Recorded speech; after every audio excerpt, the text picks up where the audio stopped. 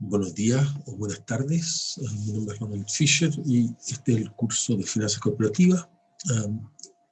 En esta sección continuamos con el problema de dar incentivos a los ejecutivos para que se comporten en el interés de los accionistas, inversionistas de otra forma, y vamos a ver algunas de las dificultades que enfrentan. Hemos visto ya incentivos explícitos, es decir, salario,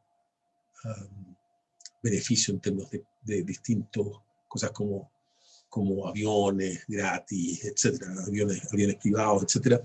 Hemos visto incentivos tales como que imponen riesgos al ejecutivo, como acciones o como opciones que le dan incentivos para que el valor de la empresa aumente. Pero en todo caso son lo que podríamos llamar incentivos explícitos. Y también están lo que podríamos llamar incentivos implícitos.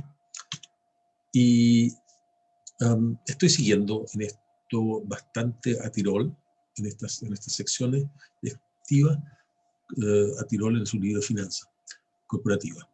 Entonces, los incentivos implícitos son las siguientes cosas. Por ejemplo, que los ejecutivos principales o el gerente general lo echen porque hay malos resultados. En particular, una de las cosas que uno observa es que los directorios, y eso vamos a ver en la literatura en un momento, es más independiente cuando los resultados son malos. Es decir, cuando la empresa está yendo mal, el directorio, que normalmente es muy, en Estados Unidos por lo menos, está a menudo nombrado por el ejecutivo principal, por el CEO, el director se hace más independiente cuando la empresa le va mal, y eso ya es un incentivo en contra para el ejecutivo principal, porque un director más independiente significa que no puede hacer lo que quiere. Pero además, por supuesto, pueden sacarlo. Entonces, esas dos cosas hacen que, en general, el gerente trate que las cosas le vayan bien, para que así el directorio no se ponga más independiente y no le haga la vida más difícil. Tercero, el temor a la quiebra. Cuando se produce la quiebra, a menudo el gerente general y los ejecutivos principales pueden salir de la empresa, reemplazados por otro, y por lo tanto la quiebra es un temor que enfrentan y por lo tanto un incentivo a que la empresa le vaya bien. Cuando hay falta de liquidez la empresa, porque la empresa requiere plata, digamos, no tiene mucha, está generando mucha plata, entonces también se produce una pérdida de control, es otra cosa que no le gusta al ejecutivo principal. Vamos a ver más adelante, pero cuando hay falta de liquidez, la pérdida de control puede ser casi total. Me contaba una persona que Copec, que es una gran empresa, ¿no es cierto?, muy sólida, pero en la crisis del 81 estaba en tan débil estado, tanta falta de liquidez tenía, que básicamente el banco, el Citibank, que era el que le estaba prestando plata para que no quebrara, digamos, aprobaba todos los cheques de ser gerente y todos los días le pasaba la plata para el día siguiente. Es decir, tenía un control total. Y el gerente general, por lo tanto, no tenía ninguna independencia, y tampoco el directorio, digamos, ni el controlador, tenía ninguna independencia para hacer las cosas que ellos querían hacer, porque no tenían liquidez, y por lo tanto dependían en cada momento de un préstamo a corto plazo. Mientras más corto el plazo, menos el control de los ejecutivos principales, de los controladores, porque tienen que estar siempre pidiéndole, por favor, banco o al financista que les provea el capital que requieren. Entonces, esto es otro desincentivo, digamos. Y también, y esto es tal vez incluso más importante, claro que no en Chile tanto, pero sí en países como Estados Unidos, es lo que se llama el mercado de control empresarial, es que básicamente una empresa que le está yendo mal, se la puede comprar otra empresa. Puede pagar, aprovechar que está siendo mal manejada, pero que vale mucho más la empresa, y por lo tanto comprarla y así ganar una parte del mayor valor que tiene la empresa. O sea, adquirir control de la empresa. Y el temor, y en esos casos, por supuesto, cuando a la empresa cambia de controlador porque han comprado las acciones, el 51% de las acciones, los gerentes normalmente salen, digamos. Y por eso es que adquiere mayor valor, porque con los antiguos gerentes, el antiguo manejo era ineficiente, el nuevo manejo tal vez mejor. Entonces, estos son incentivos implícitos a portarse bien, a que los ejecutivos sean activos y hagan esfuerzo para que la empresa les vaya bien. Ahora, el tipo de supervisión que puede haber sobre la empresa puede ser activa. Por ejemplo, se interfiere con el controlador para aumentar el valor de la empresa. Por ejemplo,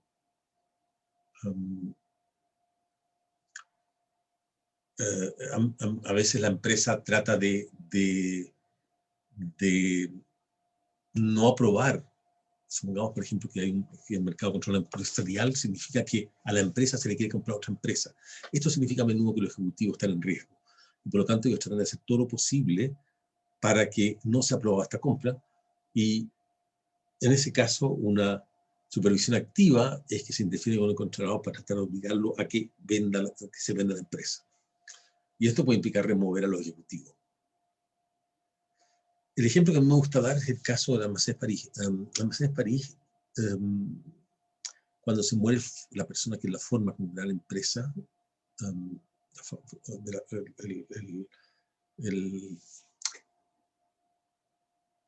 digamos, el Galmes primero, digamos, el Galmes padre, se muere y los hijos quedan a cargo y la empresa empieza a perder valor, empieza a perder la competencia con Falabella. Y me dije, bueno, después de leer una entrevista con París, en que la familia Galmes, el gerente general decía, que era parte de la familia Galmes, decía, mira, si nosotros, yo creo que nosotros, creo que es importante para la empresa nosotros mantener a nuestra familia en los cargos ejecutivos. Ahí dije, esta empresa no vale mucho. Lo que se me olvidó es que esto mismo significaba que si alguien le hacía una buena oferta a los Galmes, se podría comprar la empresa, porque obviamente con los Galmes en el poder, la empresa no estaba siendo bien manejada. Y se lo compró Cencosud y subió valor. Y por lo tanto, deberían invertir en ella. No lo hice. Bueno, la supervisión pasiva es que uno lo castiga por cosas que pasaron en el pasado. Por ejemplo, un caso que recuerdo es cuando Telefónica, la empresa, vendió algunos activos a empresas relacionadas y por lo tanto se le hizo un juicio porque no obtuvo un beneficio a la empresa. Y la posibilidad de que esto pase hace que sea un disuasivo para tomar ese tipo de operaciones. O sea, cosas que podrían ser que la empresa, que el ejecutivo podría hacer porque le conviene a él o a su matriz o a su controlador, pero que no le conviene a los dueños de la empresa, a los dueños como accionistas, digamos, la posibilidad de un juicio por haber tomado una decisión que se puede mostrar que no fue en beneficio de la empresa y por lo tanto viola la ley, hace que se porten bien.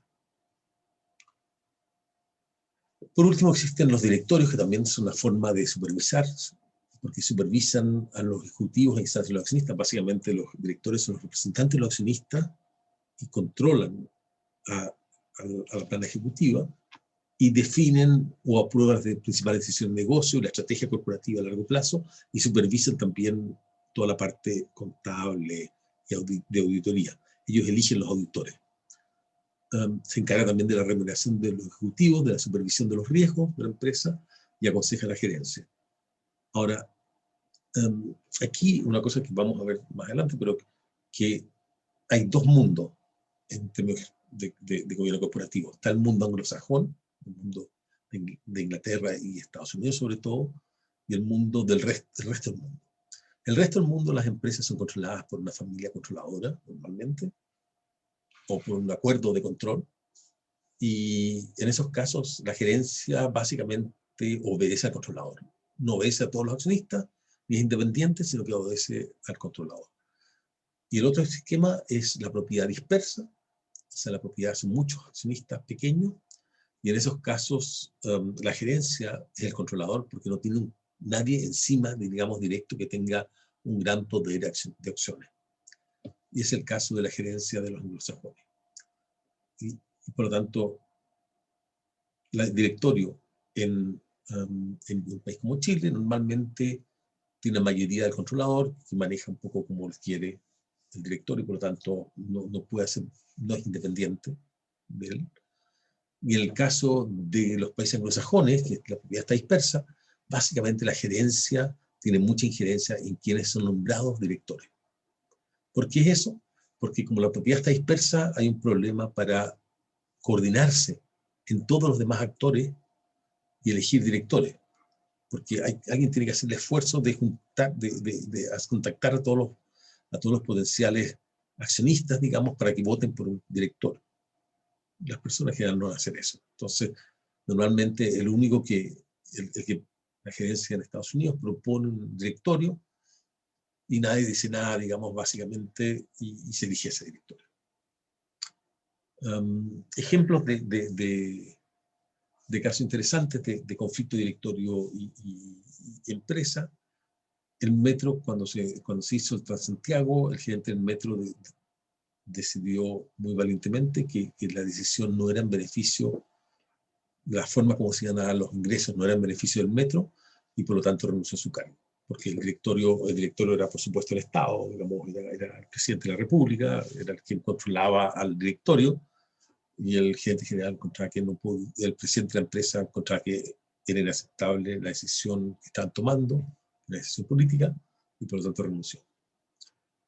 En ENAP muchas veces el directorio obedece a razones políticas y, por ejemplo, cuando en ciertos momentos el directorio de ENAP mantuvo bajo el precio de la gasolina por razones políticas, digamos, a costa de ENAP. El valor de ENAP cayó porque se endeudó mucho para poder mantener bajo el precio de la gasolina. Esto fue el primer gobierno de Bachelet.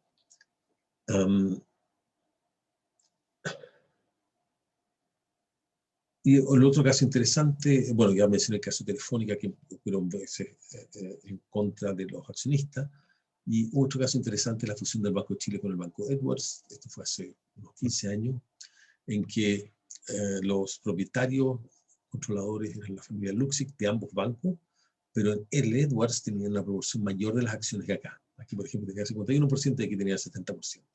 Aquí lo que hacen entonces, cuando se juntan los bancos, una forma de comprar de fundirse es que se intercambian de alguna manera, se valorizan los dos bancos. Porque claro, los accionistas del Edwards dejan de ser parte del Edwards, sino que son parte del banco fusionado, lo mismo del Banco de Chile. Y lo que hicieron fue darle mucho más valor al Banco Edwards, el cual es propietario en mayor proporción de lo que correspondía, y con eso solo hubo una ganancia importante para ellos.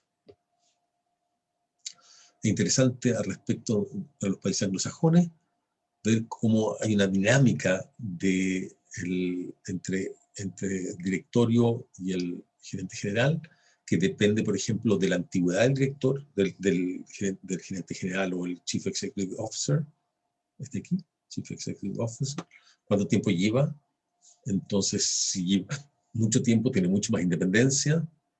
Si tiene mucho tiempo, si la empresa le va mal, pierde su independencia. Eso lo muestra este artículo, que es más o menos reciente. Y por último, lo que también es interesante es que cuando un director lleva mucho tiempo y se muere, por ejemplo, el valor de la empresa sube. Que parece indicar que este director estaba ahí atrincherado, digamos, no lo podían sacar, pero habría sido mejor para la empresa que lo hubiera sacado.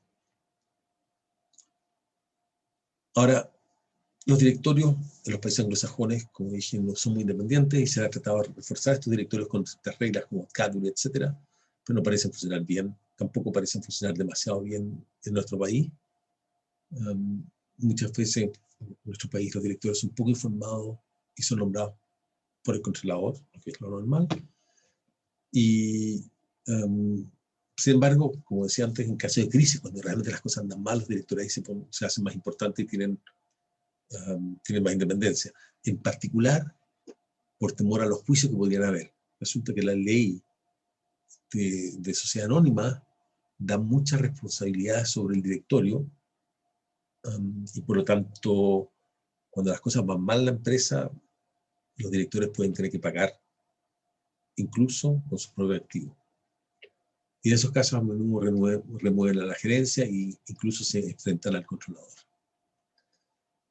Eso es lo que quería hablar. Entonces, lo que estuvimos hablando ahora es del problema de los incentivos implícitos, del tema de los incentivos implícitos, en el sentido de cosas, de incentivos que tiene el controlador de la empresa para portarse bien, o el ejecutivo de la empresa para portarse bien, y para hacer cosas que vayan en beneficio de la empresa, y luego vimos formas en que se podía supervisar que los ejecutivos principales se estuvieran portando bien, y vimos todos los problemas que eso puede tener. Eso es lo que se trató esta sesión, y muchas gracias. Seguiremos con otra más pronto. Eso es.